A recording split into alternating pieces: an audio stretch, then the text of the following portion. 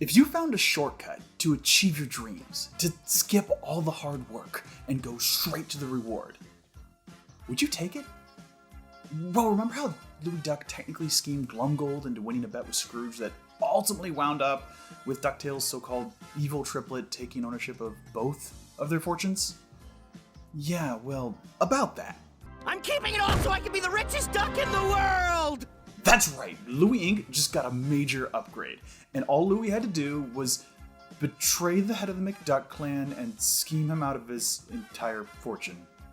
That sounds pretty harsh, but to be fair, Uncle Scrooge doesn't seem to be all that bothered by it. You are going to be the richest duck in the world! Yes? Have fun. I'll be here when you're ready to give my fortune back. It's almost like Scrooge knows something his nephew doesn't know. Something Louie's going to find out the hard way. This is the richest duck in the world. When the new DuckTales series started, it was pretty clear that each of the nephews admired something specific about their Uncle Scrooge. Huey wanted to just be as smart and clever as his Uncle Scrooge. Dewey wanted nothing more than follow in his footsteps and become a great adventurer and a hero. And Louie just wants to be super rich. Rich like his uncle. Specifically, the richest duck in the world. And now he is. Now let the rich life of Louie Duck begin!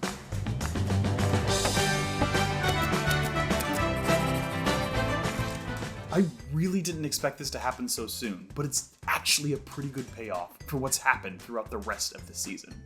Despite how hard Scrooge has tried to teach Louie the importance of hard work, Louie has spent all season trying to scheme his way into riches, and now he's finally done it. It just took a lot of failures, nearly destroying his family, getting grounded, and outsmarting all the DuckTales villains at once. But he did it. But he's about to find out it's a lot harder to be rich than he thought. We need to discuss the Ottoman incident. But not because of that reason. It's true that Louie's inexperience is going to haunt him here. He's absolutely not ready to be a billionaire. But it's going to take a lot more than a couple of annoying corporate board meetings to teach him that lesson. It's going to take something downright supernatural. It's going to take the Bombie. Okay, we're probably getting ahead of the story here, but let me be honest. For everything else that's great in this episode, the Bombie is really what I want to talk about. Not only because this character closes out Louie's arc, but because he's the perfect example of what DuckTales does best. It dives deep into old Disney Duck lore and reimagines it for a new era. And Bombie is the ultimate test of that, because Bombie's more than just a classic Disney Duck villain. Bombie's problematic. I don't talk about this kind of thing too much here on this channel, but look, when a company is as old as Disney, it's bound to have a few skeletons in its closet. Without getting too deep into a discussion about it, it's just an uncomfortable fact that some of Disney's films, cartoons, and comics have elements in them that can only be described as racially prejudiced. Today, I don't want to get too deep into a discussion about these offensive stereotypes and how we handle them as Disney fans today. That's a really big discussion. But I do want to talk about how DuckTales handled it with Bombie. In the new DuckTales series, Bombie is a large, incredibly powerful creature with one goal: hunt down the richest person in the world, whoever that is. He's an agent of some mysterious curse on those who have untold wealth, and he's relentless. Whoever holds the most money in the world will be forever pursued by the Bombie. And the curse seems to take effect at the very moment one realizes that they're the richest in the world. The richest duck in the world! Woo-hoo! Of course, the curse wasn't that much of a problem for Scrooge. Over the years, he somehow found a way to keep this cursed Hulk-like creature at bay. But Louie, on the other hand, he has no idea what he's doing. As the newly minted richest duck in the world, Louie is only interested in living the good life. But living the good life costs money. A lot of money. We are spending a lot on magical defense. Great! Cut that! Turns out those magical defenses were the only thing keeping Bombie trapped on a small remote island out in the middle of nowhere. And now, Bombie's after the richest duck in the world. And now, that's Louie. I am the richest duck in the...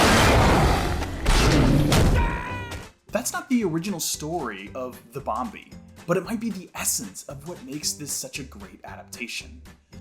The original Bombie comes from an old Carl Barks comic called Voodoo Hoodoo, and while it's certainly not the worst example of problematic stereotyping in old Disney comics, it has a lot of baggage that didn't really need to exist in the new DuckTales. Bombie specifically is a zombie, but not the kind you know from modern horror films. Bombie's a 1930s era zombie, more of a mindless slave under the control of an evil sorcerer. And in a lot of old films and comics from the time, that magician takes on the form of a stereotypically problematic witch doctor, including in the original Barks story. So, if Bombie's origins are so problematic, why is DuckTales using him? Well, once you distill the idea of Bombie down to his core traits, he's actually an incredibly compelling threat. In the original Carl Barks story, Bombie pursued Scrooge for 70 years, seeking revenge on Scrooge for tricking natives out of their land. I know, that doesn't sound like the Scrooge that we know and love, but in those early comics, he wasn't as compassionate as a character as he is now. Later, Don Rosa fleshed this out, showing Bombie slowly chasing Scrooge across the world. No matter how many times Scrooge escaped, a few years later, Bombie would show up. It's a terrifying threat, knowing that no matter where you go or what you do, you're always being chased, and you never know when your fate is going to catch up with you. And that idea is extremely compelling. It's something Bombie can be without all the baggage of his problematic comic origins. Instead, DuckTales focused on what made the character genuinely fun and interesting. That relentless, unending pursuit, the inescapable curse behind it, and the lessons our characters learn from that chase. For the whole episode, Louie is running from Bombie, trying to figure out the riddle that accompanies the curse, but he can't sort out what he needs to do to satisfy Bombie and end the pursuit. Though rich as you've got, your life will be fraught until you have earned the one thing you have not. But I'm the richest duck in the world! I have everything! Louie is so into being the richest duck in the world, so buying into his own hype, that he can't put his arrogance and pride aside long enough to figure it out. But he finally gets a clue from someone who's been trying to keep Duckburg's millionaires in check all season. Van Alsen. Huh? I was at the top of my class at Mouston, but none of that prepared me for you Duckburg billionaires. I tried to keep you people humble, but all you care about is money and power. Despite how blatant she was, it still takes Louie a little while to figure out what she meant. But he finally does at the last moment. The thing that Bombie needed the richest duck in the world to learn was humility. I shouldn't even be the richest duck in the world! And that's what I love about this adaptation and what DuckTales does, because even that lesson right there is a big part of Disney Duck history. The original Carl Barks version of this story doesn't have a lot of lesson. It's just a dated story with a few too many jokes about goofy, evil natives. But in the life and times of Scrooge McDuck, Don Rosa tries to give this awkward moment in Scrooge's history some meaning. In the comics, Bombie is chasing Scrooge because Scrooge cheated a tribe out of their land, an act that's extremely out of character for Uncle Scrooge, who prides himself on making his money honestly. In Rosa's comic, Scrooge immediately comes to regret cheating the tribe out of their land. He's humbled by his shame, and he realizes he has to become a more honest person. He has to be true to himself. It's this defining moment in his life, and it helps solidify the guiding principles we know Scrooge for. After this revelation in the comics, Scrooge even tries to rush out and make things right, but it's too late. Bombie, an agent of revenge, has already been unleashed, and for the rest of his life, or at least until the events of the original Carl Barks story, Scrooge is running, as much from Bombie as his own guilt and the one time he didn't play fair.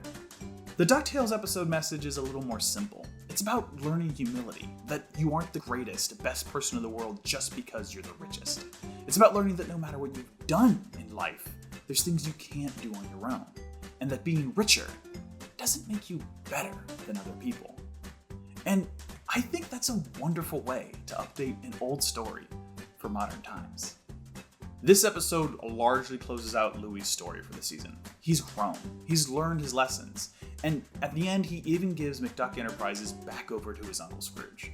It's almost the perfect ending to the season. Except there's something we forgot about. All of your defense satellites just went down for some reason. Lunaris is bringing an army to destroy Earth! Della, he's coming for your family. Oh, right. The Moonlanders are coming. Get ready for an invasion.